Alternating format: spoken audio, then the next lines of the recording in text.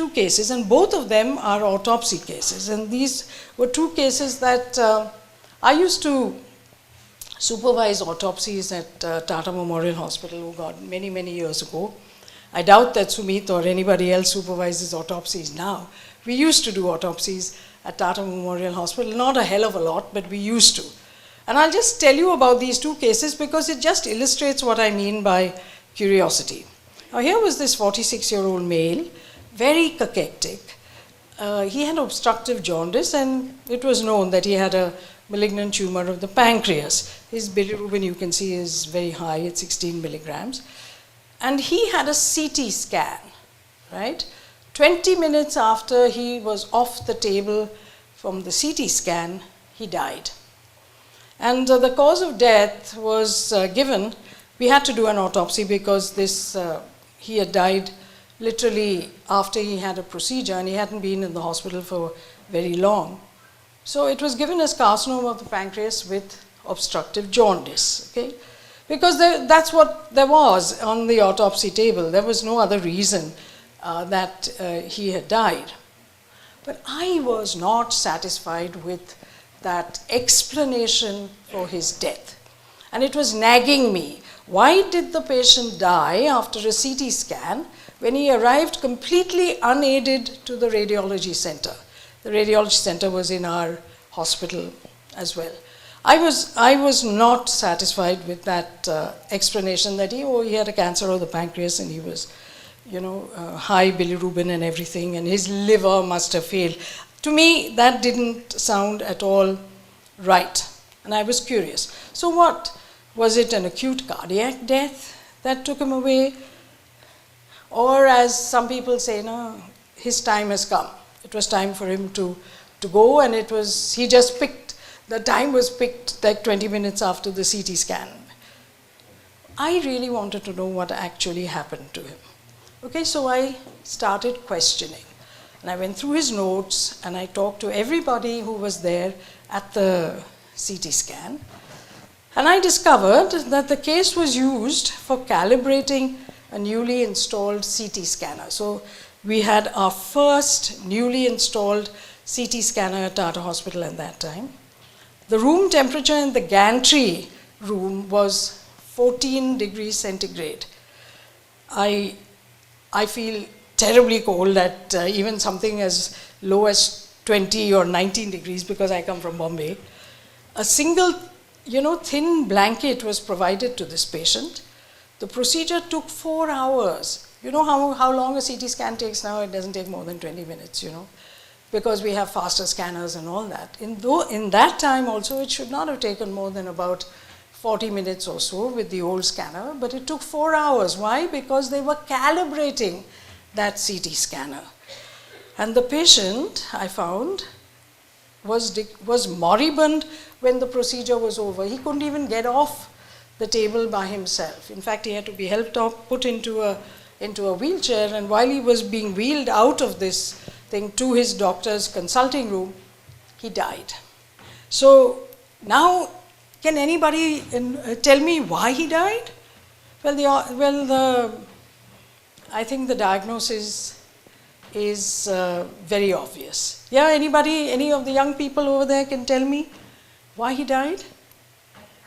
Yes, he died of hypothermia. Okay, now this is not something that you will be able to see in an autopsy. If you're curious enough, you will be able to find. And as a result of this investigation that I initiated, not to do an investigation, just to satisfy my curiosity, thereafter the temperature was made a little higher in the gantry room. People were given thick blankets to cover themselves. Okay, so the patient actually had hypothermia, and he was not in a position to withstand that, the extreme cold in that room, because he was already, compromised by, his jaundice and his cachectic condition. He had absolutely no fat in his body to withstand this cold. All right, I'll give you another example. Here is a male, again middle-aged at 47.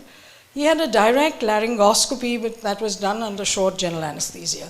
The procedure went well, it took 15 minutes, he was fully awake, he was put onto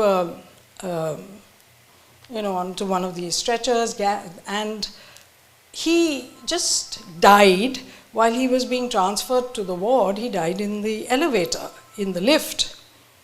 Now, obviously an autopsy had to be ordered, and there was absolutely no morphological cause that was found to explain his death.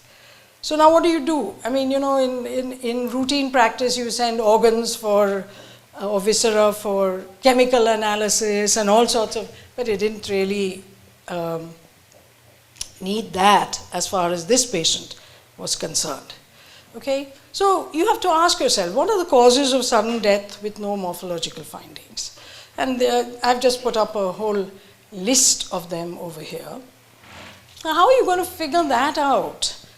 The only way to figure that out is to go and read the patient's case notes. Okay, so I got the patient's case notes, and guess what I found? After careful reading of all the clinical notes, I discovered that this patient was an old case of cancer of the larynx. That means he had a laryngeal cancer in the past. He had 2 previous major procedures under anesthesia, 2 years before this present procedure. On each occasion, the patient had suffered attacks of ventricular tachycardia, which were detected because the patient was being monitored under anesthesia. And the present anesthetist was unaware of this history of, because it was a minor procedure, and how are you, everything, take your blood pressure, this, that, and the other.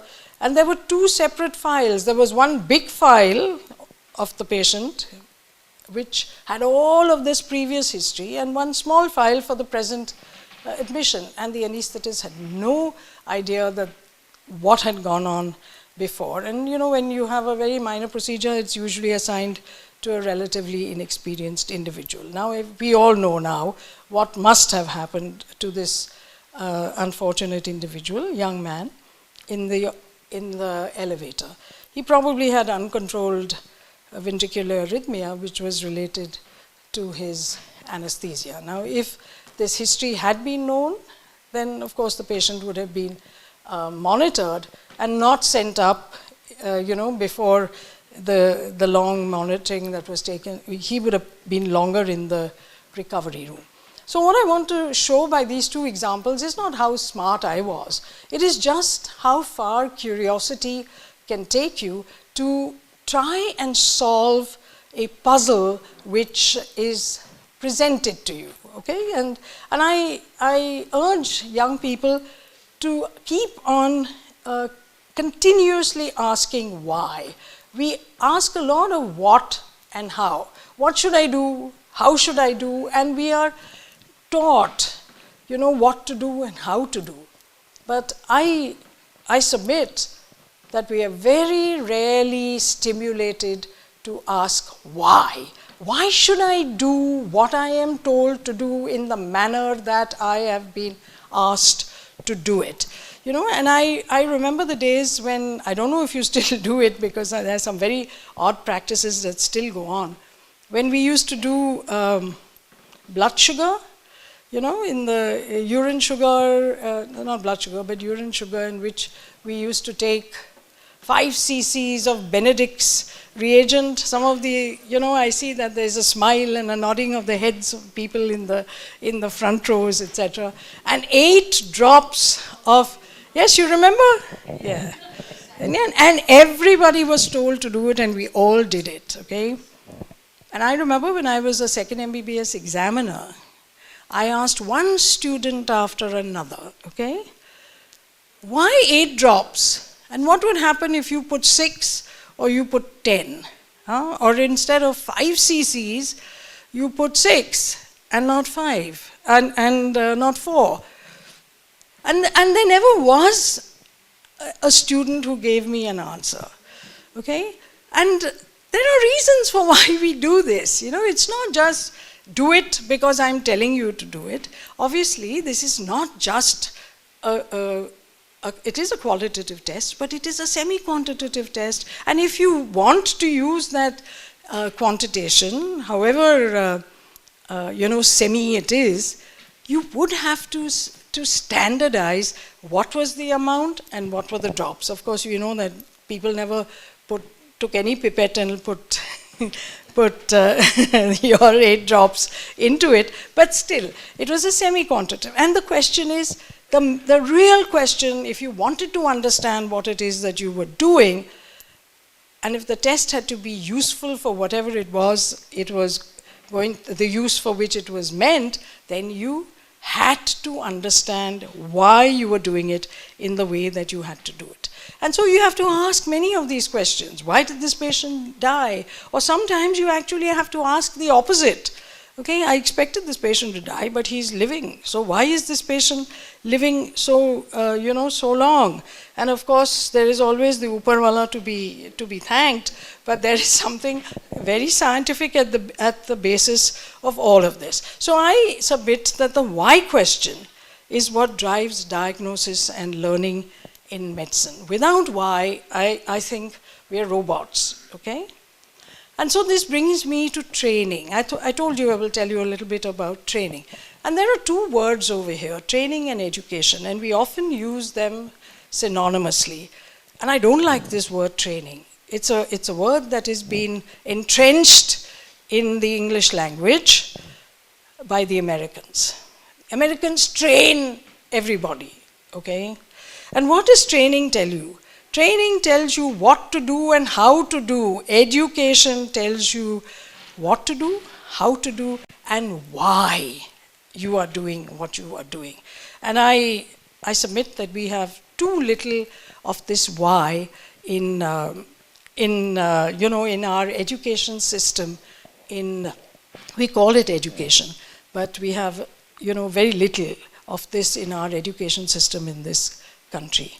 We have a lot of memory and a lot of recall, but we really don't have true education. We really need more education than training. Now here's another couple of words, learning and teaching, okay? And I think we know in general what learning is. It is to gain or acquire knowledge, by study, experience, etc. But learning is not just about information gathering. I think that's something that we have to understand. It's not just about information, and in this day and age, there's a lot of information about. But just memorizing information is not learning. On the other hand, teaching is imparting knowledge. Yes, we know that. But once again, should not be about just giving information. And today, I know that in many places, and there is a lot of cut-paste going on. Yeah, in your audiovisuals and other things, you just cut and paste, and that information is passed on. And I think the students are getting a lot of this kind of information, and they are expected to memorize it and recall it on cue. Okay? I submit that teaching is not at all about information. It is about helping someone how to learn. I see an ad sometimes on television. It's some Kuwaiti foundation or something like that, and it says something about if you give a person food or fish, he will not go hungry in the short term. Okay. But if you want him not to go hungry in the long term, then you teach him how to fish. Yes, so to me, helping somebody to learn, to know how to learn, is really what teaching is. Anybody can get information. And today, you just have to open your Google, and a lot of students think they are very learned because they can find the answers on Google. But I don't think that is really so. So let's talk a little bit about this. Information, knowledge, and wisdom. Okay? Information is about facts, I told you, and it is really the plague of our times. There's too much information. But I want to stress knowledge. Knowledge is the integration of these facts to create a base of understanding. If you don't understand the information that is thrown at you or that you have read or somehow or the other acquired, then you have no knowledge at all. You are certainly not learned, okay? So I feel that we should not attempt, whether we are teachers or we are learners, to just acquire information without actually understanding what it is that we have learned. Now, wisdom is the third part of this, and I feel that wisdom doesn't come to all of us. The longer we have lived, and if we have really been practicing what, this whole question of knowledge, acquiring knowledge, then when we apply that in a very appropriate manner to an appropriate situation, then we can be said to be wise. And I love this quotation of T.S. Eliot, and he asks, where is the knowledge that is lost in information and the wisdom that is lost in knowledge? So too much information, too little knowledge, and even less wisdom is perhaps what I would say is the real plague of our times. And I'm just quoting this again. I mean, he's Dr. Ashok Chaudhary. I think Sumit might remember him. He was a radiation oncologist at Tata Hospital. He's very much alive. But he used to really bemoan the fact that all our residents would come to us seeking information. They thought that they were looking for knowledge, but they wanted to be taught. You know, he didn't teach me anything. The teaching comes from observation of what your guide or your mentor is doing, asking yourself, why is he doing this? Why has he asked me to go and find out this bit of information about a patient? And then learning from that how to go about whatever it is that you were doing.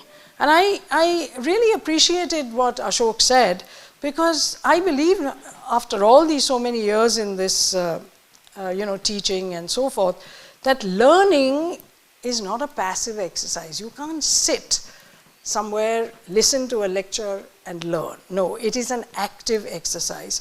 You have to want to learn, and you have to be able to listen, to read, and then try and understand. And you can see that over here. No, there is a famous saying, you can take a horse to water, but you cannot make him drink. So learning is a very active exercise, and emphasis should be on curiosity. If you're not curious, if you don't ask why, then you're not going to really learn. Okay, I believe that the learning experience for students and teachers is to stimulate intelligence. And what is intelligence? I often ask my students, why is the Central Intelligence Agency called the Central Intelligence Agency? What does this word intelligence actually mean? And when you think about it, what is it that the Central Intelligence Agency does? It collects information, then it analyzes it, and then it builds scenarios. Does that sound familiar? Of course it does. That's what we do every day in our diagnostic practice, whether I'm a clinician or I'm a pathologist or anything. What do? I make observations, I make interpretations of those observations, I analyze the whole thing, and then I build a differential diagnosis. So I'm doing that. So the part of the intelligence is an analytical capacity. So it's really an analytical faculty. And if we are not stimulated to analyze something, then I think that we have intelligence, but it is not being used, okay? So I feel that both students and teachers should welcome a discovery model, where students learn concepts from being encouraged to question rather than being directly instructed. And just think back at the way that we were taught, or you are being taught, and see whether this is what it happens in your everyday life. And so I would say the accent is on think. So you must think. Okay? So how should PGs learn? They must ask. They must be encouraged to ask why, and why again. Okay? I'm not going to ask you the question and answer it, but think, why does one examiner slide at low power? Why shouldn't we just go to high power?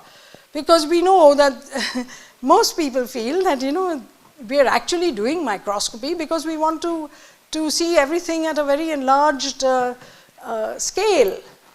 So why should we go there at low power? Think about it, okay? Why is this, and I ask this to my students, a non-keratinizing squamous carcinoma rather than a solid adenocarcinoma? Interesting question. And there are very few people, because there's no keratinization. Otherwise, you ask a student, why is this a squamous carcinoma? Oh, it's got flat cells and it's keratinized, etc. But that's not the difference that makes the difference between a non-keratinizing squamous carcinoma and an adenocarcinoma. So you have to think rather than just say something that comes to your mind without thinking.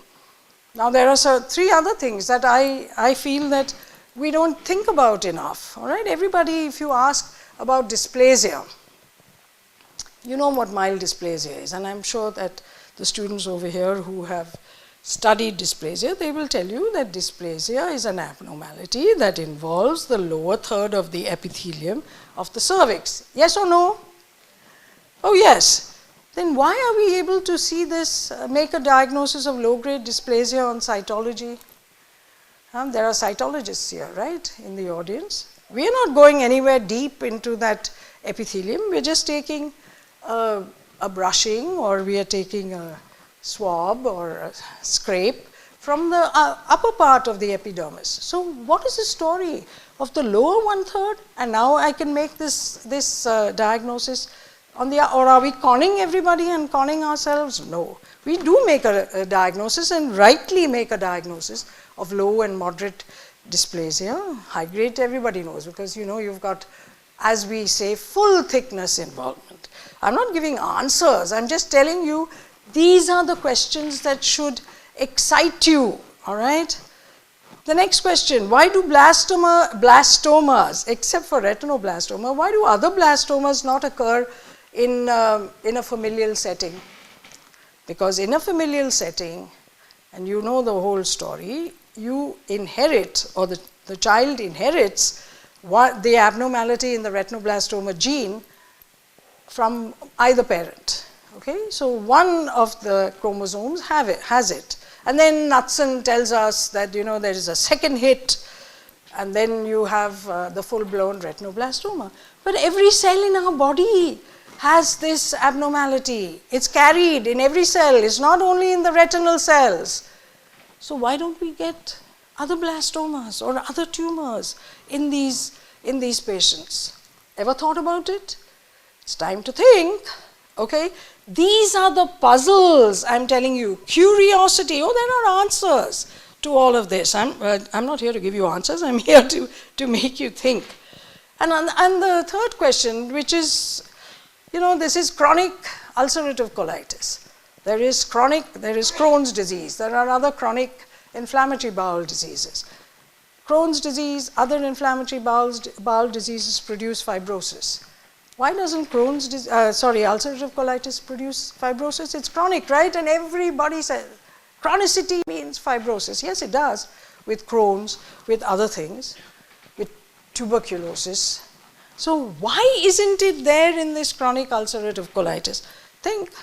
And then the answers will come, but you need to actually ask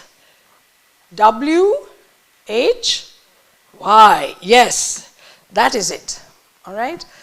And if those of you who would like to read a little bit of literature, there is this wonderful book by Lisa Sanders, it says every patient tells a story. Okay, because she has put into that, encapsulated what it is that learning and teaching is. Okay, particularly about teaching. You have to get students to think, and think. And teaching is offering to a learner the knowledge that has been gathered from experience and the way to gain insight. That's what we have to give them. Please, information is available everywhere. And teachers do this best by exposing students to a wide range of experiences. And not necessarily all of them are professional. Because to stimulate curiosity, you don't need to have slides or, grow specimens or whatever. Their life is full of experiences in which you can actually stimulate curiosity. And then when it comes to examinations, you should be testing their understanding rather than their memory. Okay? Now this was the famous René Descartes. He said, cogito ergo sum, which means I think, therefore I am.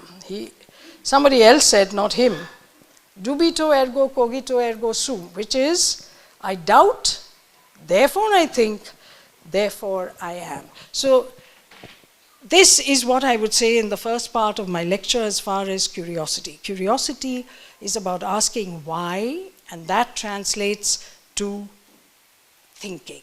You cannot think unless you ask why.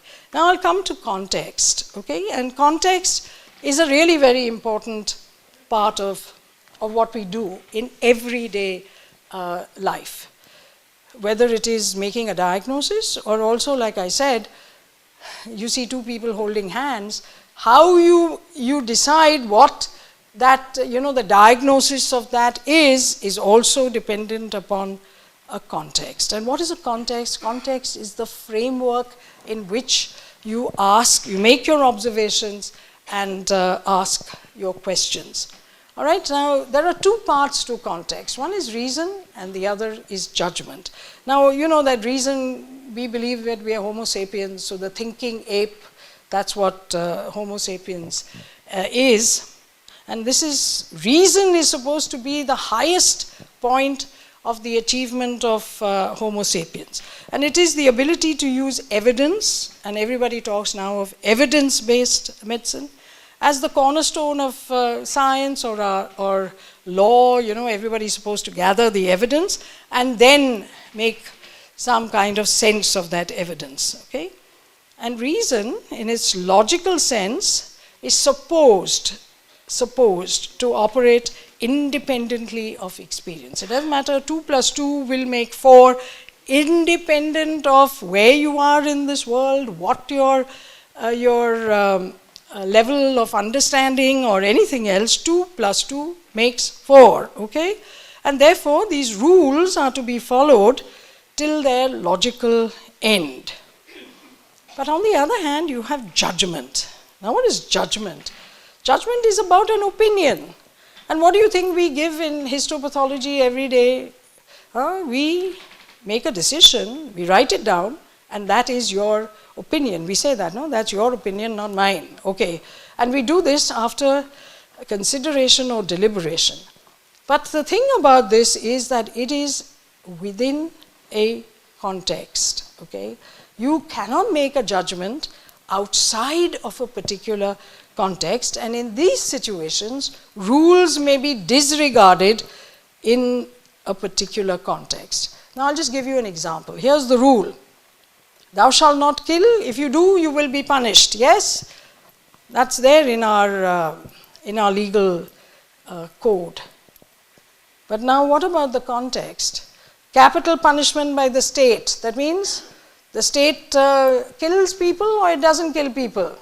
Yes, it does. No? What is capital punishment? Capital punishment is by hanging, it is whatever, electrocution in the United States or whatever. But if you do not get punished if the state is practicing capital punishment, or you are allowed to kill during war and you are allowed to kill in self-defense. So there is a rule, but it is not taken to its illogical conclusion because there is a context in which that rule has to be applied. Now here is another rule. Thou shalt not steal. If you do, you will be punished. And here is the context. All of you look at it. You have a hungry child caught stealing food. You're going to punish the hungry child? What? Punish or not to punish? And if you want to punish, what is the quantum of punishment? So you see the issue that you have evidence The child was caught stealing. You have evidence that somebody has been killed, but do you punish outside of a particular context? And the answer is no. Okay? Let's take another thing. Here is medicine. There is an evidence-based medicine guideline. The treatment of mild hypertension is a diuretic. Now, I'll give you the context. Here it is. Middle-aged, heavy, osteoarthritic, recently widowed, never before hypertensive woman living in a chal. Now, a chal in Bombay is, a series of rooms, and each of the rooms do not have their own private toilet. So, you have to go to a toilet that is placed somewhere else. Now, she's living in a chal where the toilet is Indian style and not on the same floor. And what does the EBM guideline say? Treatment of mild hypertension is a diuretic. So what is the judgment now? Your decision. Diuretic? No, you're saying no. But there it is, the rule, evidence-based medicine. Okay? It is probably not. A more appropriate treatment would be an anxiolytic and reassurance. So what does it tell you? That there are rules that in medicine in particular that apply to the general, but they have to be modified or can be modified given a context when it is applied to a particular. Now you might think, oh, that's all right, it's in, it's in life, it is in medicine. But I'm going to tell you that it happens every day in pathology, every day that we do work. And here is a 29-year-old male, son of a leading physician. Okay, and you know what is the biggest risk factor in medicine? Anybody can tell me what is the biggest risk factor in medicine? It is being related to a physician. Okay? Yes, it is. So anyway, this person, this young man had multiple cervical lymphadenopathy. He had a biopsy of a lymph node in the parotid region, and the block was sent for review with the diagnosis of mixed cellularity, Hodgkin lymphoma. Here it is. Okay, I'm not going to describe all this, but you can see that CD30, and it is full of CD30 positive cells. So some other pathologists looked at it, and saw all these big cells and a very moth-eaten appearance, etc., and said that this is Hodgkin lymphoma. Okay. Know what the context was? Because that's what I always ask. I always ask for a good history, clinical history. And the context was sudden onset of multiple lymphadenopathy. Now, in the context of sudden onset of multiple lymphadenopathy, no matter how many CD30 positive cells, they may be even 15 positive and PAX5 positive, I'm not going to make a diagnosis of classical Hodgkin lymphoma. Why? Because this is infectious mononucleosis, and I'm telling you, risk factor, I told you, you don't get sudden onset lymphadenopathy in Hodgkin's lymphoma even if you're related to a physician. Okay? So this guy had infectious mononucleosis. Good. Now here is an adult female skin lesion on the leg. Anybody want to tell me? It's obviously a squamous lesion, and you can see that it looks infiltrative. So what's the diagnosis? Squamous carcinoma. Yeah, you'd be forgiven for making that diagnosis. And now I will tell you the context and why we don't look only at high power. Okay, at high power this is squamous carcinoma, at low power it is not. Okay, so there is a reason for looking at low power because it gives you perspective. So here's this is the nodule on the leg. Started off as a pimple and it reached the size of 1.5 centimeters in 1 month. So what's the diagnosis? It's a keratoacanthoma. Okay, at high power that's a squamous carcinoma. At low power it's a crateriform lesion, and then you have the history, something that grew suddenly in 1 month, that is a keratoacanthoma. And this is the best of my examples. This is the excision of a mass on the palmar surface of the right hand of a 22-year-old recently married female with a 6-month-old child. Okay? The second opinion was requested before amputation of the wrist. There had been two previous pathologists who had called this Syringocyst adenocarcinoma. All right, and that's, anybody have any dispute with the fact that this is, forget about syringocyst adeno, but do you think that this is a carcinoma? And the answer would be, yes, of course it's a carcinoma. It is there in the slide. Do you know what my diagnosis was? Lipoma. Now you might think I'm screwy, right? How can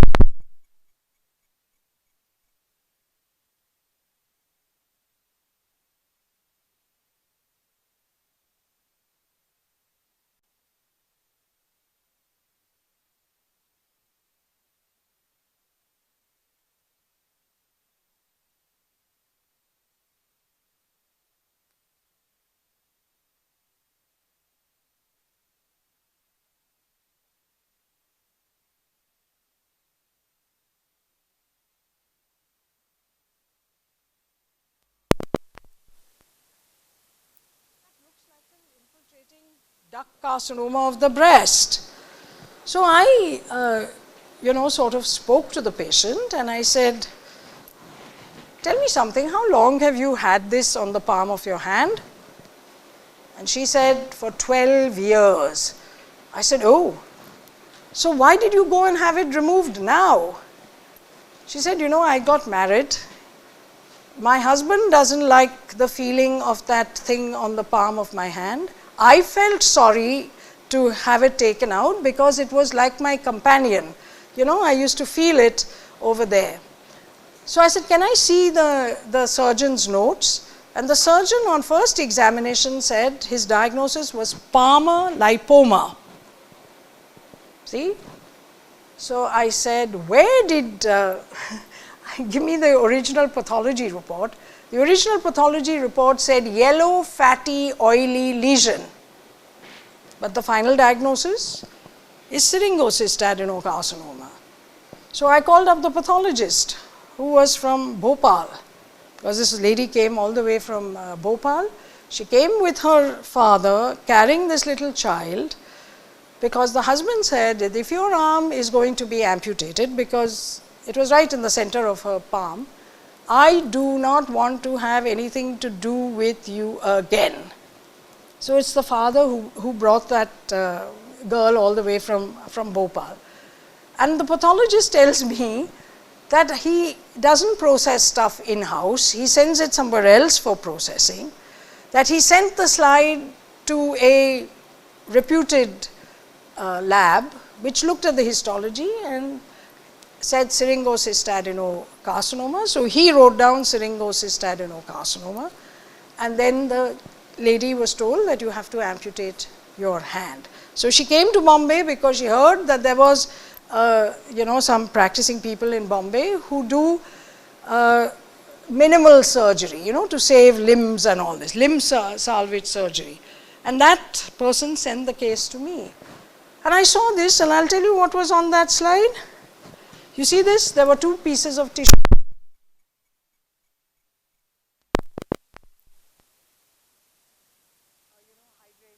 Carcinoma, and the other one was a nice lipoma.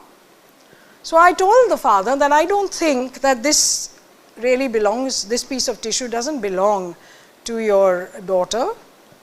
So he said, no, but her life is more important and this and that. I said, fine.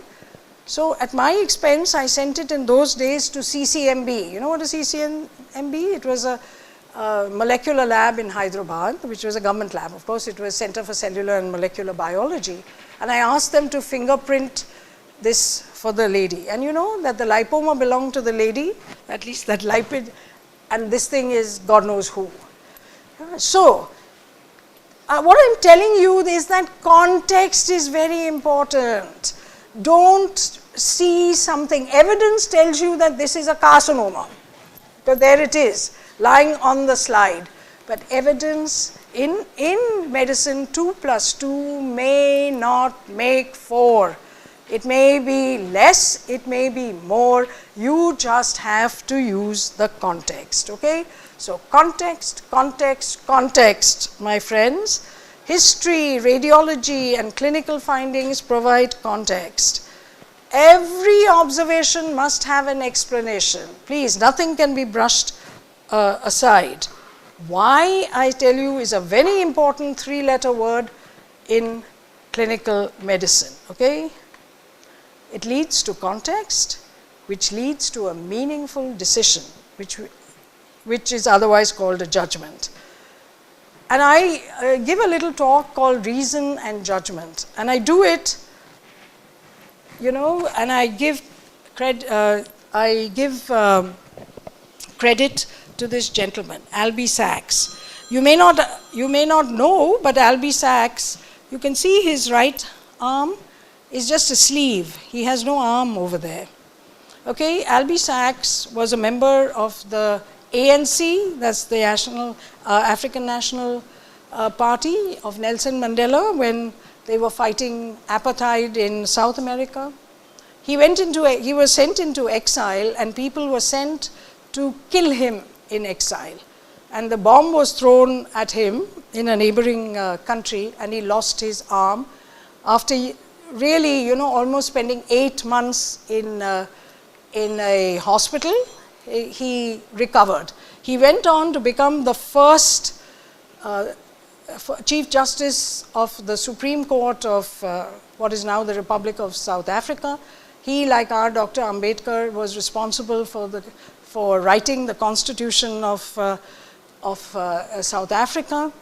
And he has written this excellent book. And if anybody really wants to read about, what is law and reason, and one of the chapters there is Reason and Judgment. And what he says is, delivering a judgment is not dependent on personal taste, nor is it the product of a purely logical exercise. That means this is on the statute books, and this is how I will rule. Okay? Like the solution to a mathematical problem. It is the outcome of evaluation, of a weighing up of determinate factors, but in the light of agreed criteria. You must have some criteria, but in the context of the circumstances, you apply those criteria in a very meaningful kind of way. So, whenever I talk about judgment, I dedicate it to the memory of Albie Sachs. Okay, we call judgment, but I think it's diagnosis. So, curiosity and context. Yes, cogito ergo sum, I think, therefore I am. Homo sapiens, of course. And I told you that Homo sapiens is an eternally curious animal. Curiosity is the strong desire, it's the passion to know and learn. And to ask why is the most important faculty a professional should develop. I tell this to all my students. Curiosity may have killed a cat, but it never killed a medical student that I know of. Okay? Curiosity used in the right context is eminently rewarding. Of course, if you're going to dig in to find out, as I told you, who's going out with whom, you may end up in a mess. Okay? And I believe that medicine without context is akin to quackery. Life, indeed, if it is lived without a context, is worth very little. You just have to ask an amnesiac, somebody who's lost his memory. Because if you have lost your memory, you have no context at all. And then life becomes completely meaningless. All right? Now this is, this is a cushion cover that has been done. It has been embroidered by one of my students called Pooja. And you see what she has written over there? Wiseness Days. Because every Wednesday, I used to have a meeting with my students, and it ended up for me asking why. Why? You see, you're calling it this? Tell me why. So when she left, she was very good at embroidery, very good at baking, very good at cooking. All right, she was also a very good pathologist, okay? So she's a very good everything. And she gave me this little thing which I treasure. I still have it with me. It's there on my easy chair, and it's an owl. Now, an owl can mean two things, okay? The owl is a wise bird in some parts, but it's also an ulu, okay? So, what I'm saying is, please, please, please ask why. Thank you very much indeed.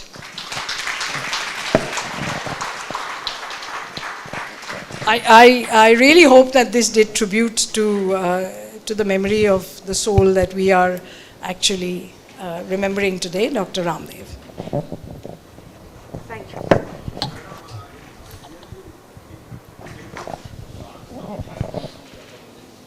Sorry.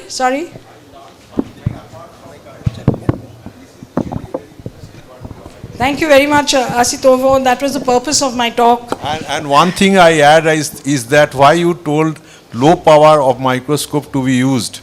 That was told Professor B.N. Datta in PGI.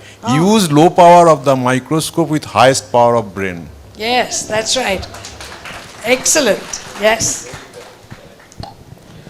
Thank you, ma'am. When I first talked to Dr. Anita Borges about the topic she is going to take at this oration level, she said, I'm not going to talk anything about salivary gland tumors or lymph nodes or nothing. I'll talk something general. Now, this general talk you have given today is more teaching, more knowledgeable to us. Even at this age, I'm still, I was learning, but I was not, I'm still learning. And till now, I was just going by what has been taught to me. Today, I know what learning is really today. No. If you know what learning is, and you have been learning. I've just put it into words. That's all. Ma'am, actually, today is a great day for me also, because Ramdev ji was my guide, and in a real sense, as you said, there should be education rather than learning. So he, in real sense, he educates us. And secondly, madam, it is my, I'm quite fortunate that today I am sharing dais with such a dignity, madam. Your topic, when I read about this topic, I thought that madam have a lot of to explain. You have, your treasure is such a big, and you have chosen this topic. But today we knew that why you are unique, ma'am. And Dr. RCPurohit, have to share my chair with Dr. RCPurohit sir is again, I can't say that today is a good day, or I can, I'm quite fortunate and thankful to organizing committee. So to be with you, ma'am. Thank you very much, ma'am. Now I would invite our chairpersons to please hand over the mementos to ma'am.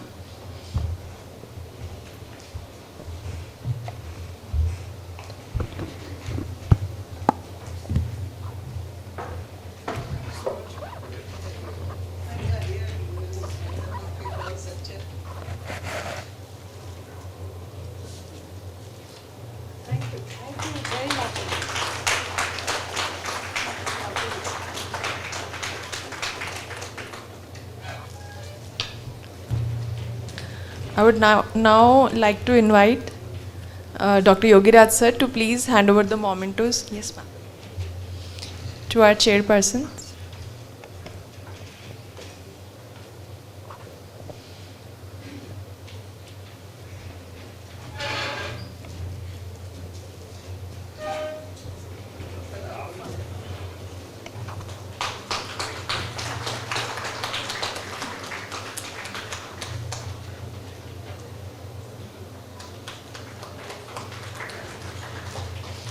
Thank you very much, ma'am. Thank you very much, sir.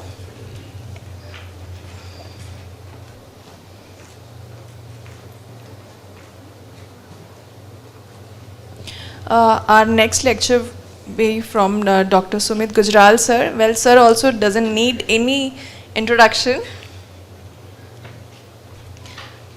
Sir, currently, sir is Professor, Department of Pathology, Tata Memorial Center, Mumbai. And field of interest sir is having is in oncopathology, hematopathology, lymph nodes, marrow, bone marrow, and flow cytometry. To chair the session, I would like to invite Dr. Ranjana Solanki, ma'am. Dr. Ranjana Solanki, ma'am, and Dr. Paras Nuwal, ma'am.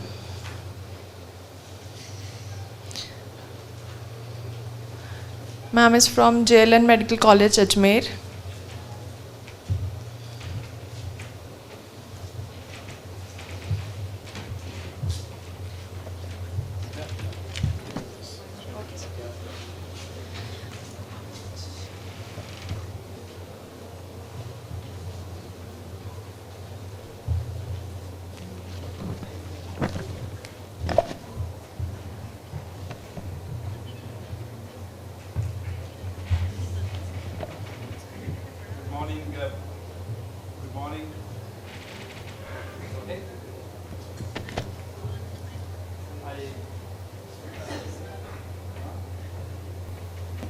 nahi.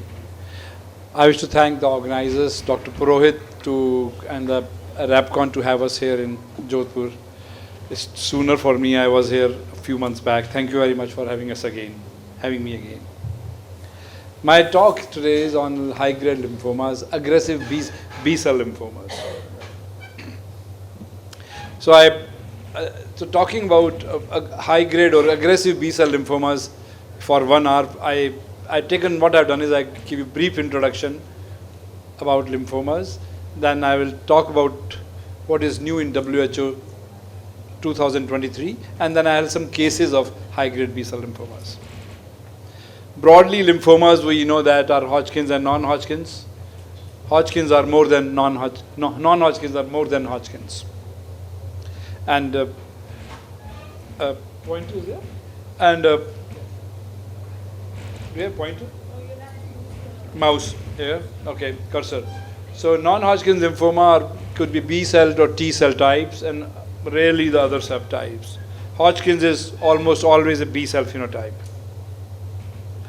And then the lymphomas could be low grade, means they could be very low grade, indolent. They could be low grade, and they could be very high grade.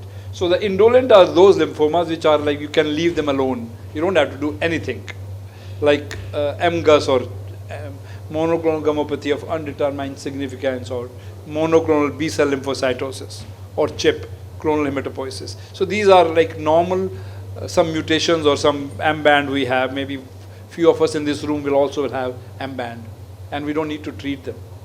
So those are very indolent lymphoid proliferations. Then we have low-grade lymphomas like CLL, SLL, margin zone lymphomas, follicular lymphomas, low-grade. Then we have aggressive lymphomas.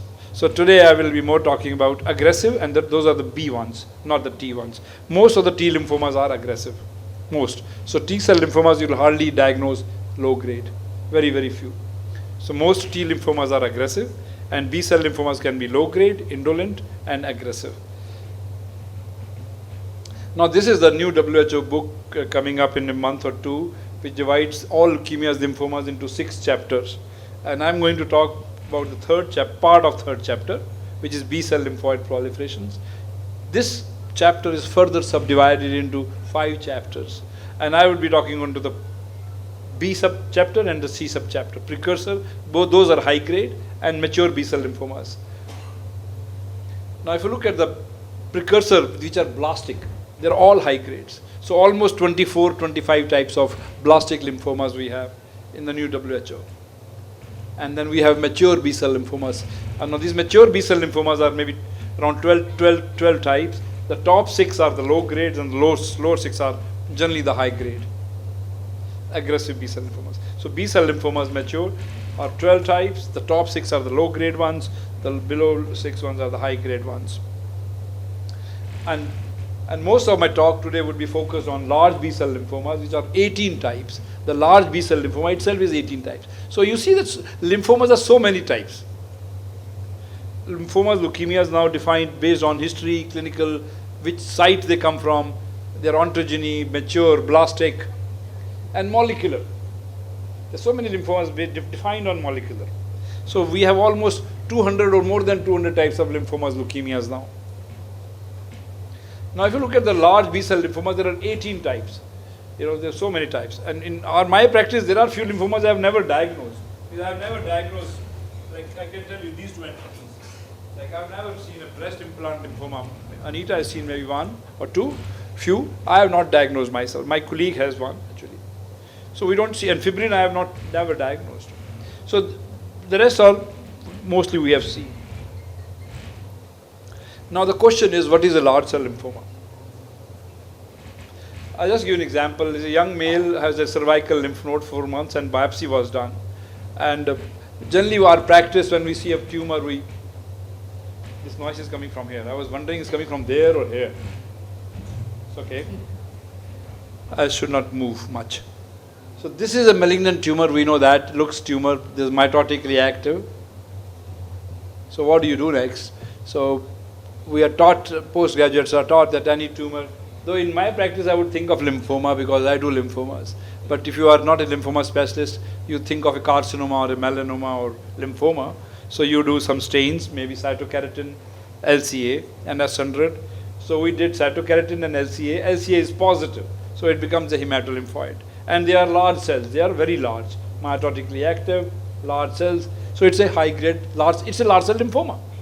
So now is a T lymphoma or a B lymphoma or a NK lymphoma or a plasma cell lymphoma. For that we need more stains. So you do CD20 for a B cell lymphoma. And 20 was positive. So it becomes a large B cell lymphoma. So this is my diagnosis now. So if I give this diagnosis, my clinicians can treat. I don't have to do other 100 markers, which WHO says. If I have, I should do it. But if I don't have it, I can give this much diagnosis and my clinicians can treat. Mostly they give 4 drugs, CHOP with rituximab, R-CHOP we call it. 6 cycles of that, 4 to 6 cycles. But then large cell lymphomas, as I mentioned, they can be of different lineages. They won't be only B. Look at the first top, it's a Hodgkin's. That histiocytic sarcoma is also large cells. This is a plasmablastic lymphomas which are associated with HIV. Anaplastic large cell, which is a T cell. So many large cell lymphomas, not all of them are B cell. So we need to do 20, we need to do 3, we need to do CD138, MUM1, other markers also, ALK, 30. So large cell lymphomas can be of different lineages, but commonly they are B cell types, and most of the large B cell lymphomas are CD20 positive. But there are large B cell lymphomas which can be CD20 negative. Now if you look at on the left side, Hodgkin's is a B cell lymphomas, it is 20 negative.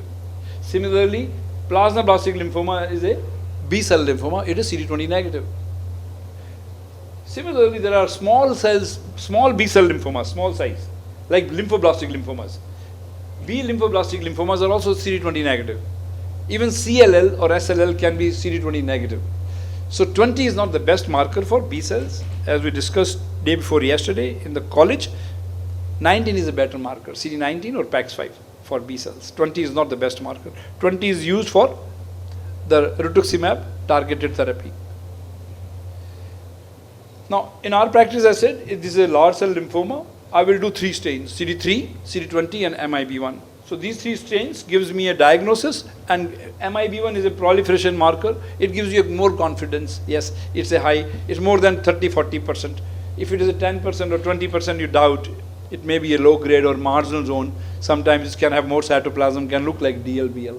So MIB1 is a good marker. So these 3 markers we generally recommend that you do for all large cell lymphomas, if you cannot do more.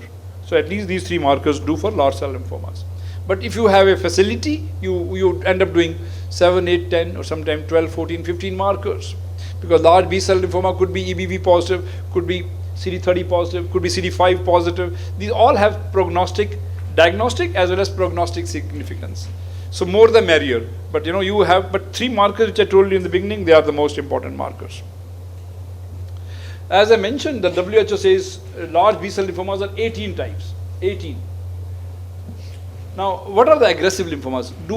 Most of the large cell lymphomas are aggressive, as I said, most large cells. And few small cells also are aggressive, like lymphoblastic lymphomas are small, but they're aggressive. Mantle cell lymphomas are small, but they are aggressive.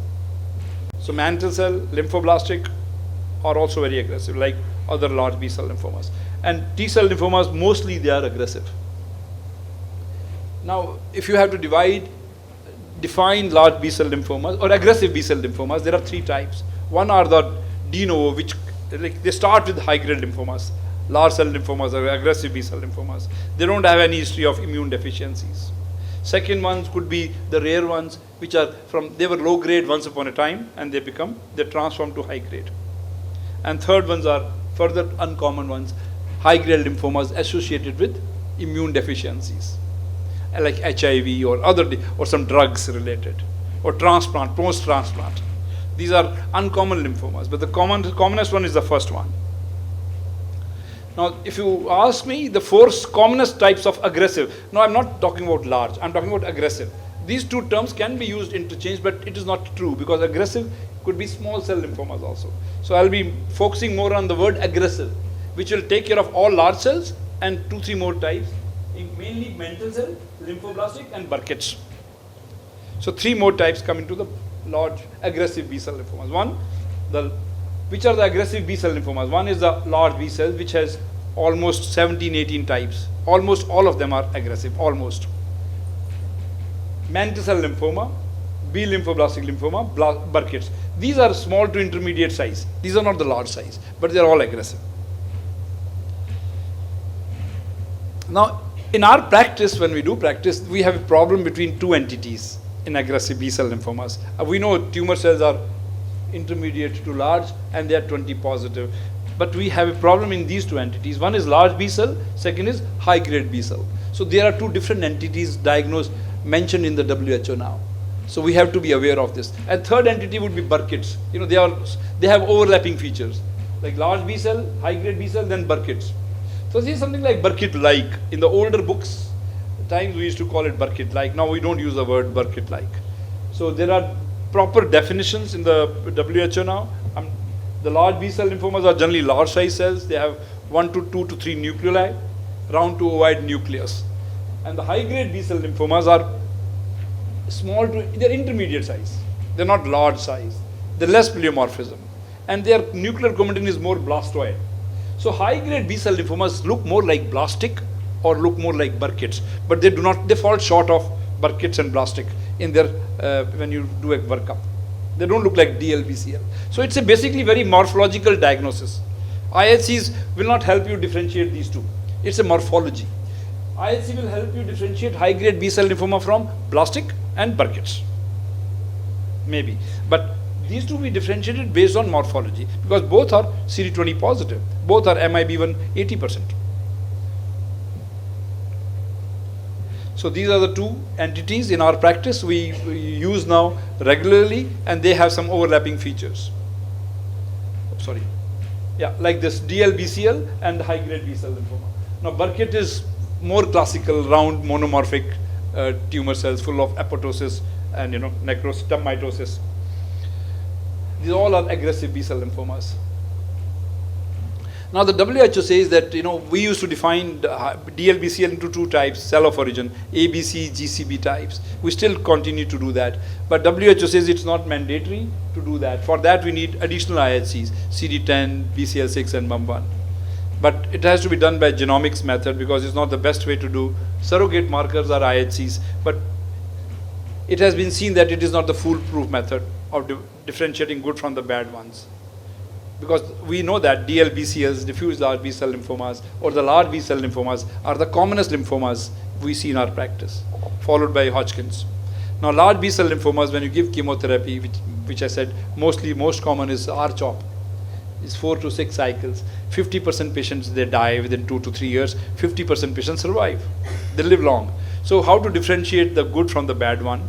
For that, genomic studies were done on thousands of cases of lymphomas, and 2 categories performed way back, 20 years back, by Alizadeh and the 2 papers, Rosenwald as Alizadeh groups, onto ABC and GCB types. So ABC was more aggressive and GCB was good one, germinal center B type, activated B type. But it has been seen that IHC is not mandatory to do. But however, WHO says that all cases of DLBCL, you must do FISH, if you can do. Yeah, again, doesn't say mandatory, but prefer to do FISH and do at least MYC, MYC by FISH, one marker, all cases of DLBCL. At least the GCB type. We'll talk about that. I think this is the pictures I've taken from my friends, Mayur and my colleague Dr. Dhanlakshmi from Tata Hospital, the Burkitt's lymphoma. This is from Sridhar. Now this is a case of Burkitt-like 11q. This is a new entity, high-grade B-cell lymphoma with deletions of 11q. Now as I mentioned, there are 2 types of lymphomas, mainly large B-cell and high-grade B-cell. If these lymphomas have MYC and BCL2 translocation, we give it name as DLBCL with MYC and BCL2. And if they don't have, we call it DLBCL NOS. So NOS is used only once you have done more FISH studies. You can't use the word NOS otherwise. So DLBCL NOS can be used only in the premier institutes which doing all the tests and all the clinical findings, all properly investigating.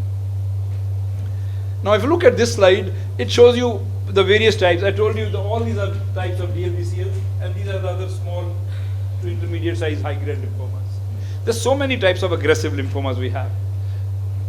Why do you want to subtype them? Because the treatment is now different. Initially we thought there's only one ABVD for Hodgkin's and R-CHOP for B-cell lymphomas. No, but there are many new protocols now. For blastic it's different, for Burkitt it is different, for mantle cell it is different, and these are the very aggressive. These are the bad, very bad high-grade lymphomas. They are given a regimen called as dose-adjusted or EPOC. So these are like mediastinal lymphomas, gray zone lymphomas, DLBCL with MYC and BCL2. Those are aggressive tumors, the most aggressive. Now how do you approach? Just briefly, I'll show an algorithm. As I said, the most important is morphology, HND slide, where you define whether this is a large cell or a blastoid intermediate cell. We do 3 stains, 320 and MIB1, and based on that we call it DLBCL or high-grade B-cell lymphoma. So this diagnosis we base it on morphology and CD20. Only these two, morphology and CD20, we call it either DLBCL or high-grade B-cell lymphoma, based on morphology, whether they're intermediate blastoid or they're large cells. Then we do additional markers like CD10, BCL6 and MUM1 to call it, is it GCB type or ABC type. Once it is a GCB type, the recommendations are we must do FISH in all cases of GCB types. If it is not GCB, you might not do MYC studies. So we do MYC break apart FISH in all cases of GCB. If MYC is positive, then we need to go for BCL2. If MYC is negative, no need to go to BCL2. So these are the algorithms to save money also, and this is the way you can do not FISH in all cases. And markers, as I told you, and these are on the left side are the other lymphomas you have to keep in mind. Now, it's interesting to see that we are doing more big apart MYC in GCB type, and we said GCB is a good one. I mentioned that German center is for G is for good. It is good one. ABC is a bad one. But we have seen that the worst lymphomas, the worst ones are these ones. The low corner, DLBCL with MYC and BCL2, and high-grade B-cell lymphoma. Those are the worst lymphomas. They come from the GCB category. So the worst lymphomas come from the good category, which are 2 to 8%. So we have to pick up those 2 to 8% which are really very bad. So I don't think all 50% patients die. Then I said maybe 60% patients live well, around 30 to 40% patients die. And those 30 to 40% patients die, most of them are from that category. Most of them. So we have to pick up those ones. For that, there is an algorithm which I just shared with you. Yeah, miss. Yeah. So briefly, these are the mandatory stains, a good morphology, 3 and 20 and MIB1 to do aggressive B-cell lymphomas. At least start with these, and then preferable is many markers, and also to do a FISH analysis. That's a preferable. Now, aggressive B-cell lymphomas, I am just revising it, the WHO to you to make it a little simplify. I've taken help from Naresh here to a few slides. Next 1 or 2 slides are from him, actually part of them. Now, aggressive B-cell lymphomas can be classified based on many things. Let's say it can be classified based on the site. There could be immune privileged sites. Now, which are the immune privileged sites? Brain, vitreoretinal, and the testes, where there are barriers. They are the sanctuaries. So they are called immune privileged sites, and they are all ABC type. Skin, cutaneous lymphomas are different. Mediastinal lymphomas are also different. Then you have, based on morphology, we discussed that. Then we have context. They could be long standing with fibrin, they have fluid overload, and effusion related. Now effusion related could be HIV or HHV8. Then you have lymphomas associated with viruses like EBV or Kaposi sarcoma virus. Then we have tumor microenvironment. There could be lymphomas which are rich in T cells and histocyte rich, like T cell, histocyte rich, B cell lymphomas. There are lymphomas which are lymphomatoid granulomatosis, which occur in lungs primarily. They have angiocentricity, angioinvasion. In the lungs, they have multiple nodules. They look like infection sometimes. You can miss them, these lymphomas. EBV associated, these are. Then we have chronic inflammation associated lymphomas.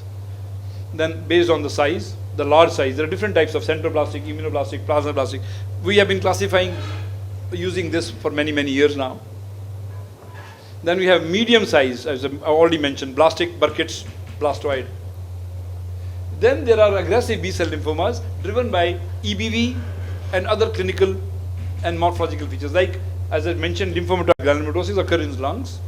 EBV positive DLBCL used to be called it elderly, but it can be seen in youngs. Now DLBCL with chronic inflammation and fibrin associated.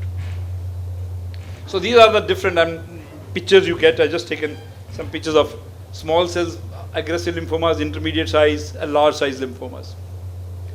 Now, you can divide high grade these aggressive lymphomas based on genomic studies now. Now, genomic studies I mentioned, these are the 4 or 5 common markers: BC, L2, MYC, 11q, ALK, and IRF4. These are very important markers now. Because I'll show you an example if we have time, that IRF4 lymphomas which generally occurs in tonsils, they look like large B cell or could look like follicular. They're strong MUM1 positive. So any follicular lymphoma in tonsils area, don't call it follicular, do MUM1 at least. If MUM1 is strongly positive, most likely you are dealing with a lymphoma called as large cell lymphoma with IRF4. They're low grade. They're not high grade lymphomas. So there even the chemotherapy is of less intensity. Now genomic groups are 2 types, GCB versus ABC, which is an old one, now 20 years old, and now we have the newer classifications. Now I'll share with you, this is the old one now, almost 2000 Alizadeh. Now the new genomic classification is 7 subtypes. It is Wright et al. Paper came in 2020. Now it's based again on gene expressions, mutations, and translocations, and copy number alterations. If you see this, there are 7 subtypes the group has defined. MCD. MCD is MYD88 with CD79B. BN2 is BCL6 translocation with Notch mutation, Notch2 mutations. N1, Notch1. So here if you look at the yellow color is MCD and N1. They are genomic types, but they are associated with ABC. ABC means they are 10 negative, BCL6 and MUM1 positive on IHC. These are the 2 subtypes, MCD and N1. These are associated with, they are mostly with ABC subtype, and it has been seen that these aggressive lymphomas, if you add ibrutinib, there's another drug, ibrutinib, these patients have 100% survival. 100% survival.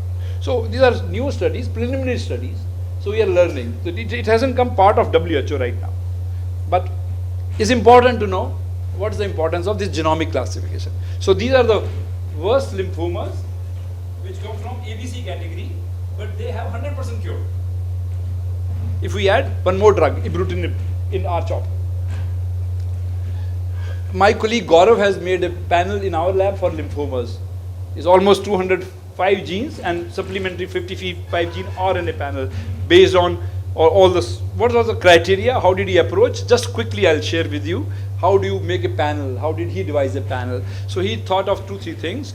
First, he thought which are the diagnostic markers, then which are the most common frequent mutations, and which are the defining mutations like MYD88 for Waldenstrom's, BRAF for hairy cell leukemia. So based on the common mutations, frequent mutations, and also therapeutically important mutations, we have made a panel of 205 DNA and 55 RNA genes. I think I'll skip this. Now I have cases. I think I will take 15 minutes. I have 10 cases, but I'll take 1 minute case. But you should see this, pathologists. A young boy has abdominal mass. So young boy has an abdominal mass. If it is lymphoma, it has to be Burkitt's. If it's a young boy has an abdominal mass, you think of Burkitt's. And Burkitt's is a lymphoma which mostly occurs in extranodal sites, breast. If you have a lymphoma in breast, ovaries, think of Burkitt's other than DLBCL. If it's CD20 positive, and then obviously look at the morphology and other markers. So this is going into the, you can see the part of GI, and it's monomorphic high-grade tumor cells. You do these markers. CD20 is strongly positive. TDT is negative, it is a blasting marker. Then you do 10 is positive, MIB1 is 100% and BCL2 is negative. So this is very classical morphology, site, history, and IHC profile of Burkitt's lymphoma. So in the context, it is Burkitt's lymphoma. You need to do these two things in all Burkitt's. We do not do in our hospital. You need to do CMYC in all Burkitt's to make it sure it's a Burkitt's. You have to have CMYC. If CMYC translocation was negative in this case, then you have to think of 11q aberrations or something else. So, but we don't do. And Eberish, the WHO recommends you must do in all Burkitt's. Though there's no significant of Eberish, but molecularly Burkitt is of two types, Eberish positive and Eberish negative. Old times, Burkitt was the sporadic, African type, endemic types. Now it is no more considered those types. Now Burkitt is two types, Eber positive and EBV negative. Yeah. 52-year-old male, upper alveolar mass. Now 52 male, upper alveolar mass and seropositive. So only one diagnosis you have. If it is not a carcinoma, if it's not a poorly differentiated squamous carcinoma, it will be plasmablastic lymphoma, because it occurs in HIV patients, homosexuals, and mostly occur in the buccal mucosa and the anal canal. So morphology, you see the mucosa, and there is a busy submucosa which shows these large sized tumor cells, brisk apoptosis and mitosis both. And you can see the plasmacytoid cells. They look like immunoblasts or plasmablast. So what do I do now? I do two stains, CD3 and 20. 3 will be negative most likely. 20, if 20 comes positive, then it's a DLBCL. If 20 comes negative, then I need to do, maybe LCA I do, because I think it could be carcinoma. So I do cytokeratin, negative. LCA is also negative. So LCA negative, 3 negative, 20 negative. We need to do markers for plasma cells, which are CD138, CD38, MUM1. So it was positive for, you see cytokeratin is negative, AE1A3 is cytokeratin, 20 negative, PAX5 negative, 138 and MUM1 both are positive. So this is plasmablastic lymphoma. You could do Eber-ish in this, and this was positive. So this is a lymphoblastic, this is a plasmablastic lymphoma, which, as I said, it occurs commonly in the extranodal sites, only the buccal mucosa and the anal mucosa. Case 3 is a 37 male lymph node biopsy. He is fit, otherwise viral markers, nothing, but he has nodes supradiaphragmatic and infradiaphragmatic. So lymph node has come to us. This is a cervical lymph node. The fragments, and you can see some hemorrhage there, and there's a tumor which looks like small to intermediate size with some capillaries, blood vessels, hyalinized capillaries, and monomorphic small to intermediate size cleaved lymphoid cells. So when you see this kind of picture, this is not very beautiful picture on the hair, but you start thinking of blastic lymphoma or a mental blastic. If it's a child, you think of a lymphoblastic. If it's an adult, you think of mental blastic or mental lymphoma. So you do 3 is negative, 20 is positive. PAX5 is another B cell marker, positive. So it's a B cell lymphoma. So rarely follicular lymphoma can also look like this. Sometimes it can have a diffuse pattern, but it looked more mantle. So we did 5. 5 is positive. You see the 5 is a T cell marker, and 3 is negative.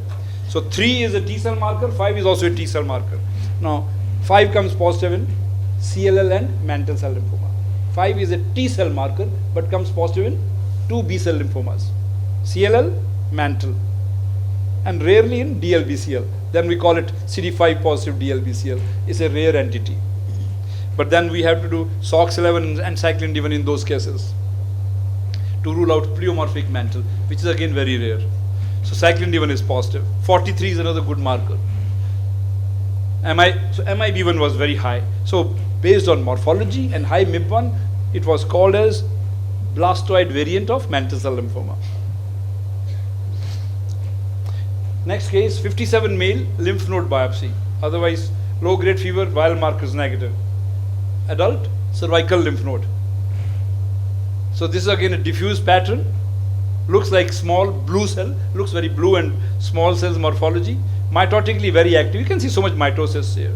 But monomorphic cells, again looks like either mental or lymphoblastic.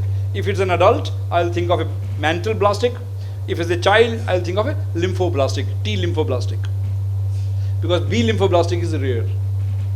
So let's see 3 and 20. Look at these cells. They look very fine chromatin. You see the chromatin. You can look at mitosis. Monomorphic cells. They don't have a nucleoli. Diffuse pattern. 20 is positive, so it can't be T lymphoblastic. And B lymphoblastic, which is very rare, it is also negative for 20. So it can't be B blastic. It can't be lymphoblastic because 20 is strong. So it has to be mantle. This morphology and this strong 20 has to be mantle. You could do other stains. 5 is positive, you see that. You compare 5 from 3. The 3 is, some cells are strong. These are the normal T cells. These are the normal T cells. The tumor cells are negative. Here also you have some strong. These are the normal T cells. The tumor cells are weak. So 5 and 3 both are T cell markers. And we can, take help.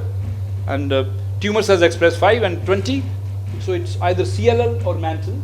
But it didn't look like CLL morphology. So possibly mantle. So we did cyclin D1, it was negative. We did BCL6, it was negative. 10 was negative. So is it a CD positive DLBCL? It didn't look like large cell. It looked like intermediate size blastoid chromatin. So we did SOX11, it was positive. So there's a few more markers you need to do. You can't stop at, as I told you in the beginning, 3 and 20 is enough. But if you do more lymphomas, then you realize, markers keep on adding to your kitty. So this is again a blastoid variant of mantle cell lymphoma, but it was cyclin D1 negative. We need to do another marker, SOX11. Yeah. Next case, young boy orchidectomy. Now, young boy orchidectomy, it has to be lymphoblastic lymphoma in a case of ALL. So morphology, you have some seminiferous tubules, remnant, and the tumor is kind of infiltrating. And again, small, very blue-looking, small monomorphic cells, blastoid chromatin. There are some remnant, there are small seminiferous tubules. This is a young kid, this is a 5-year-old boy. 20 is negative, 3 is negative. So what do you do next?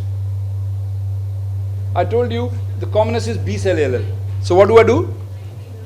CD19 I'll do, PAX5 I'll do, or 19 I will do. So I don't have 19, so I did PAX5, it was positive. CD10 strongly positive. It has to be B lymphoblastic lymphoma. I'll do TDT, and 34 is positive. TDT I do not know if I'm not shown. I thought TDT was positive, but anyway, I don't have TDT here. So 34 is positive. So it's a B lymphoblastic lymphoma in testes. So many B cell lymphomas can be 20 negative. Many B cell lymphomas can also be LCA negative, like Hodgkin's, plasmablastic lymphoma. ALCL is T cell lymphoma, can be LCA negative. So doing only 1 or 2 stains, you might be missing lymphomas.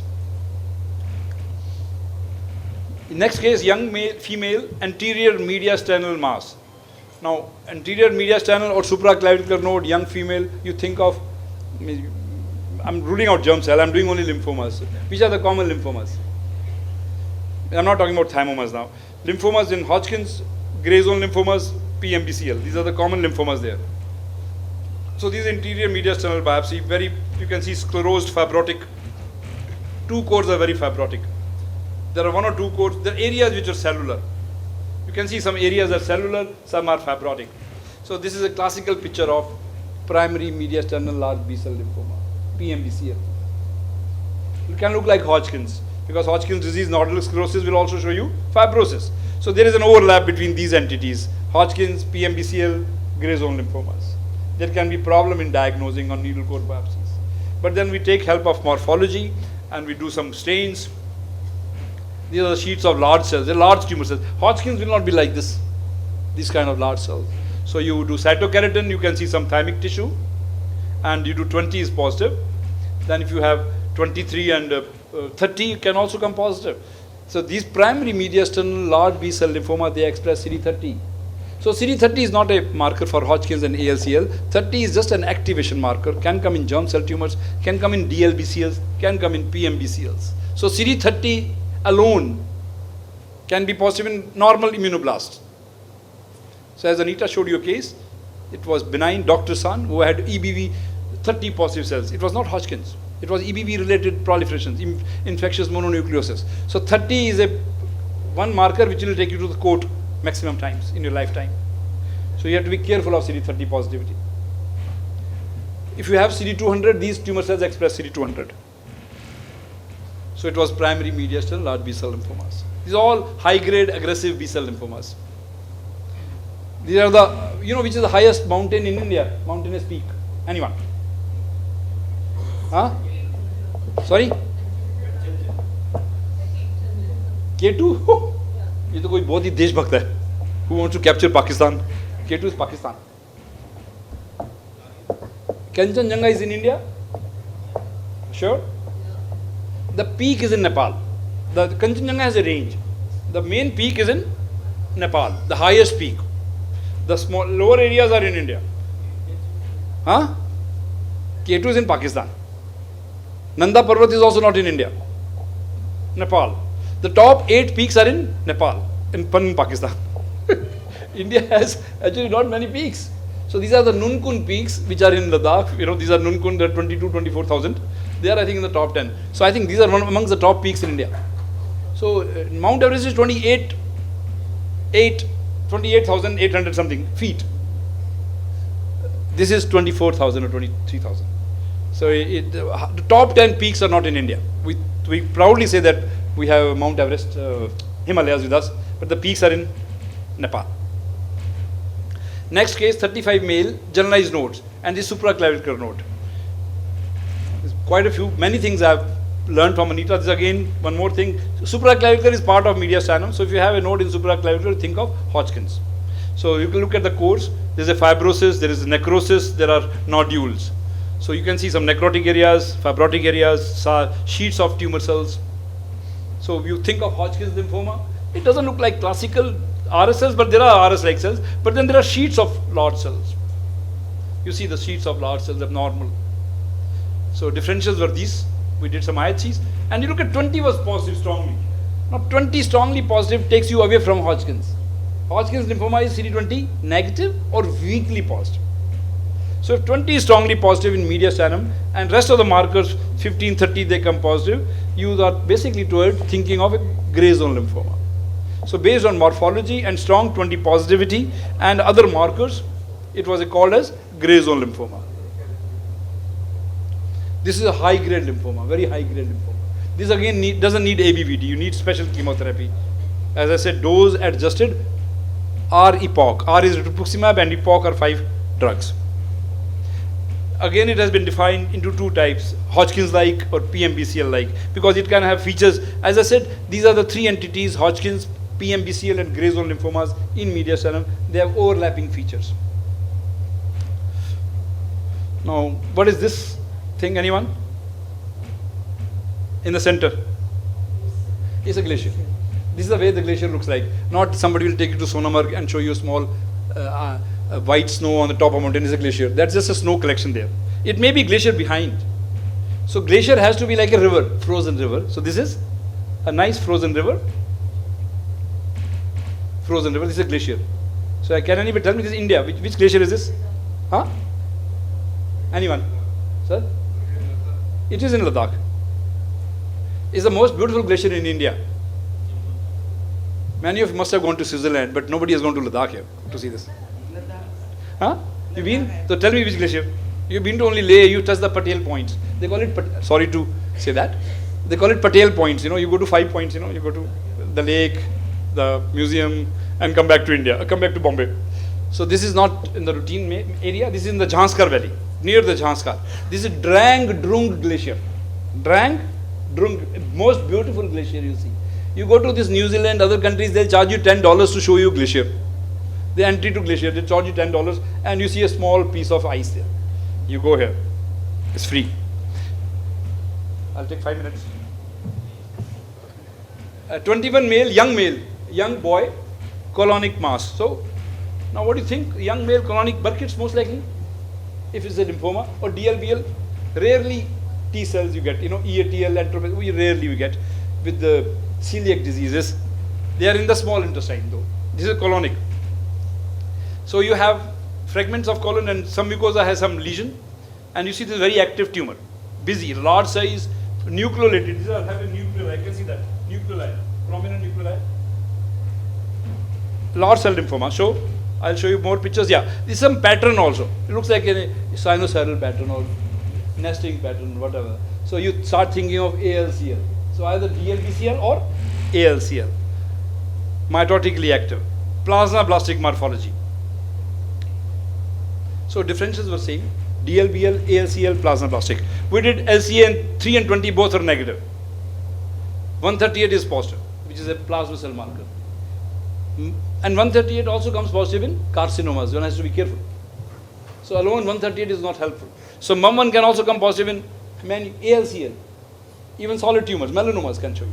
So you have to be careful. So MUM1 is negative, so I'm not going to call it plasmablastic now. Only one plasma cell marker, I have to be careful. So here I do an additional stain called, which is ALK1. So this is a case called as ALK positive, large B-cell lymphomas. ALK was positive, you see the granular cytoplasmic positivity. So ALK positive, MUM1 negative. So ALK can be positive in ALCL, can also be positive in B-cell lymphomas. ALK positive, large B-cell lymphomas. You do ALK in the lung tumors also. So you don't think that ALK is only marker for ALCL. Ninth case, ileal mass 32 female, classical Burkitt's. Ileal, I said ileal is a common site. They come with intussusception. The kids come with obstruction, a distension abdomen. This is the classical morphology. It's round cells, monomorphic with apoptosis. And you do these 3-4 stains, 20, 10, BCL2 and MIB1. BCL2 is negative in only one lymphoma, Burkitt's. Rest, all lymphomas are BCL2 positive. Normal lymphocytes are also BCL2 positive. So BCL2 only helps you in Burkitt's. Mostly it's useful here. Now this is a main river in Ladakh. Can anybody tell me which is the main river in Ladakh? Oops, sorry. You have to tell me. Now this, if you don't tell me, then there's no point discussing large cell lymphomas. This is a main river. Our country is named after this river. Indus. This is the Indus River. You were telling, madam? Yes, thank you. At least chairperson knows. See, nobody knows. This is a mighty Indus. This gets 15 bigger rivers than this. And then it enters Pakistan. It's almost entering Pakistan. This is Batalik, Darchik area.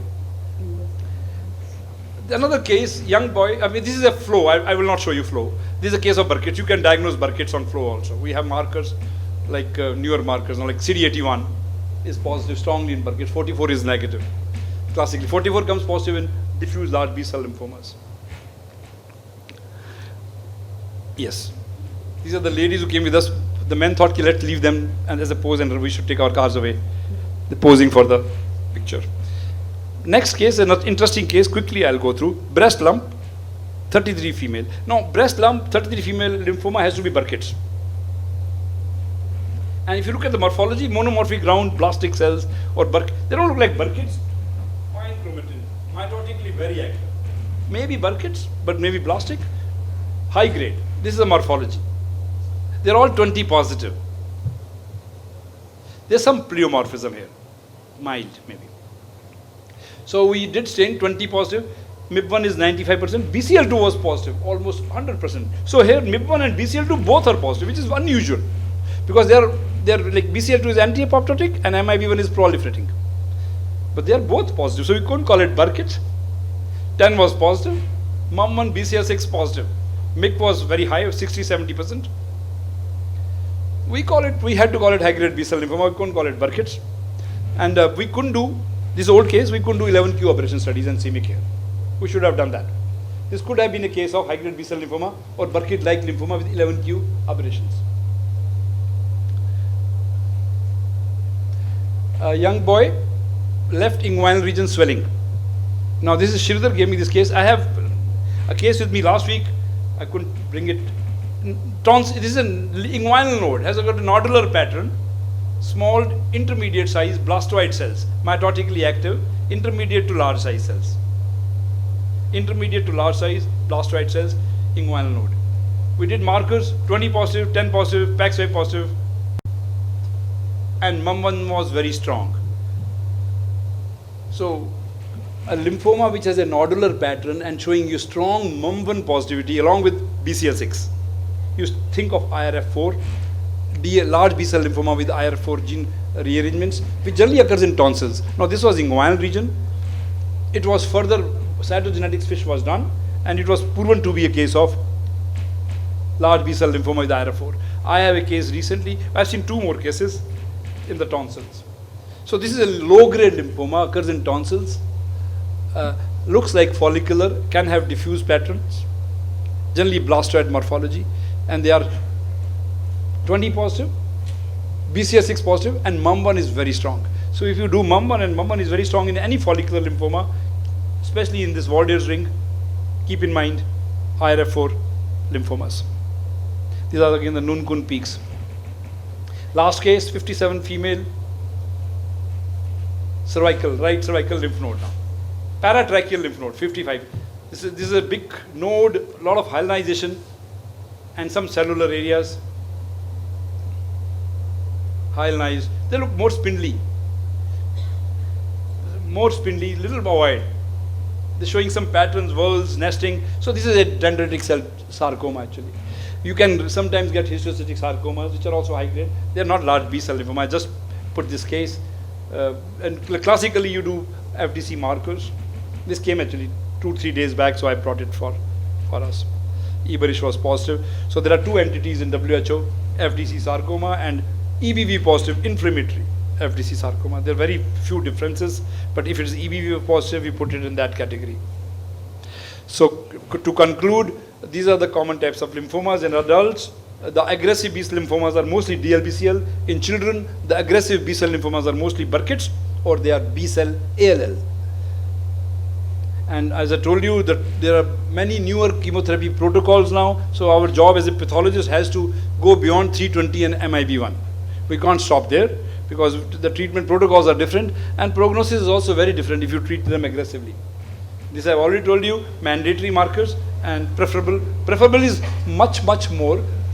This is preferable when I do in my practice if I get permission to do. These are a group of friends doing lymphomas in Bombay. Thank you.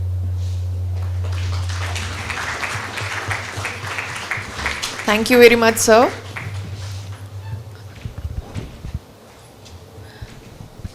I would request Ma'am Ranjana Ma'am and Parul Ma'am to please come and present the moment to That was really a wonderful presentation, Dr. Sumit, and thank you very much for showing those garden variety of your cases and giving us an insight into the updates. Although by the time we learn the updates, it's time for a new update. So that's what is there in lymphomas, and I think we're carrying some of the queries also, which we will maybe sort out at some other time. Thank you.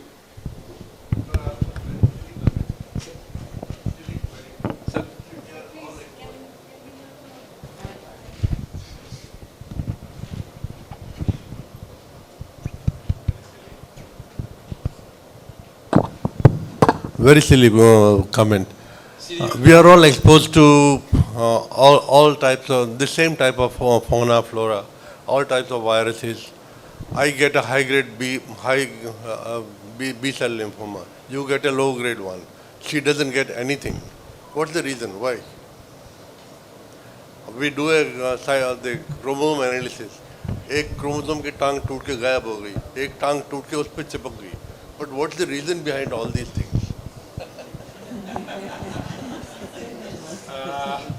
I think we should go to Ladakh to find a reason, because I want to be a Lama next life. I'm also trying to find out what's the reason for this. Maybe Anita has context. Anita, you have something to say? I can take my memento and go down. There are difficult questions in this audience. No, of course that, but I think that this is exactly what I was saying. Curiosity, why? Why? And that's the question that Professor Purohit is asking. Right? Why is it that we are all exposed to the same things, and yet now you're asking a question about lymphomas, but I can ask you the same question about a common problem like tuberculosis. Okay, we are all breathing the same air, we are in the same let's say context, environment or whatever, but some people get it and some people don't. Now I think, let me just tell you as far as my own family is concerned, because there's nothing to be ashamed of or in. I have so many people in my family on my father's side and including some of my sisters, who have all suffered from and my brother as well, from tuberculosis, and they had to be treated for it. My father had a pleurisy, that means which is tuberculosis, when he was in England, and in those days there was nothing, so it was just sanatorium treatment. Okay, my brother has had full-blown tuberculosis and he has had to be treated. My sister has had it. 2 sisters of mine have had it. And you might ask, what is this? So obviously we have some kind of immune response genes, that in our HLA type that are making us susceptible to tuberculosis. You may not have inherited those kind of genes. So I think at the base level is how do we respond to our environment? And that is really what makes us individuals. Each one of us we may live in the same environment, but I don't have the same genes, just as I don't have the same memories as you have. Okay, so I think that this is where it all, it's not the only thing. There may be lots of other environmental differences, food and other things. But I think basically we are not the same at the genetic level. To add to that, Anita, same, if 2 of us have tuberculosis, you might respond, I might not respond. Correct. And it may not be anything to do with the bacillus. It may have something to do with how you mount a response to tuberculosis. Okay, but I wanted to say something, Sumit, about your talk, and particularly the cases that you showed. I think that context was so important in every one of them. All right, you have the age and you have the site, and without these very basic things that are supposed to be in your TRF, that is your test requisition form, I don't think that your histology trumps anything that is seen there. So thank you for bringing out the context. It was very nice following on from whatever I said. I say that if you have a GI lymphoma in a child, before you go to the slides, IHC and molecular, you know the diagnosis already. You just have to confirm it. Miss, if it's a lymphoma. Thank you. Thank you so much. What Sumit said about the supraclavicular lymph node, he said I taught it to him, which is, that is Sumit. But it is true that there is no primary pathology that occurs in a supraclavicular lymph node, right? It is always reflective of what is in the mediastinum, in the abdomen, or in the neck. So never believe that when somebody says that this is a biopsy of a supraclavicular lymph node, please look elsewhere, whether it is tuberculosis or it is lymphoma. It is always reflective of something that is somewhere else. And it's an important thing to know, so that even when you've got something that looks like a carcinoma in the supraclavicular lymph node, please look elsewhere, particularly in the mediastinum. You'll find that that's where the clue actually lies. Thanks, Sumit. Thank you. Thank you, Dr. Sumit, and especially for such a wonderful talk you have given to us. And I am so thankful to Dr. RCPurohit Sahab for inviting and offering this chair for Dr. Sumit Gujral. Thank you so much, Dr. Purohit also. So ma'am, please present the memento to sir.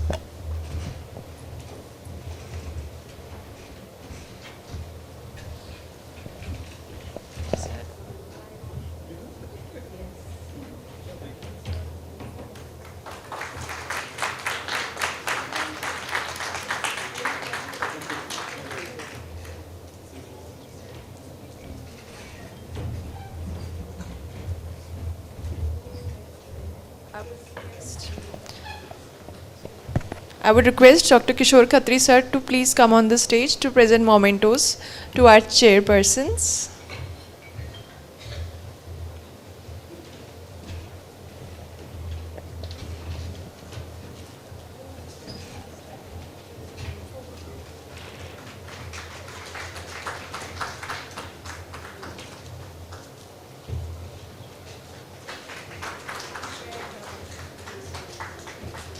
Thank you very much, ma'am. Thank you very much, sir.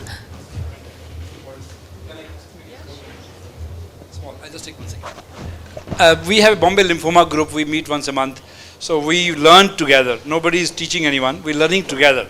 So it's a good idea to have a group in the city once in a month you can, we have senior surgical going for years in Bombay, but Bombay lymphoma group we formed 10 years back, 15 years back, and it's going very well. So we learn, we bring our difficult cases, sit on a big microscope, we all learn together. So there are many tricky situations where you don't know how to go forward. So you might not have IHCs, but you have history, you have morphology. See? Cat. Curiosity killed the cat. Crow, I guess. Crow.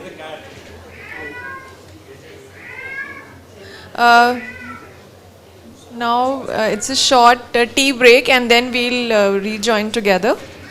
10 minutes.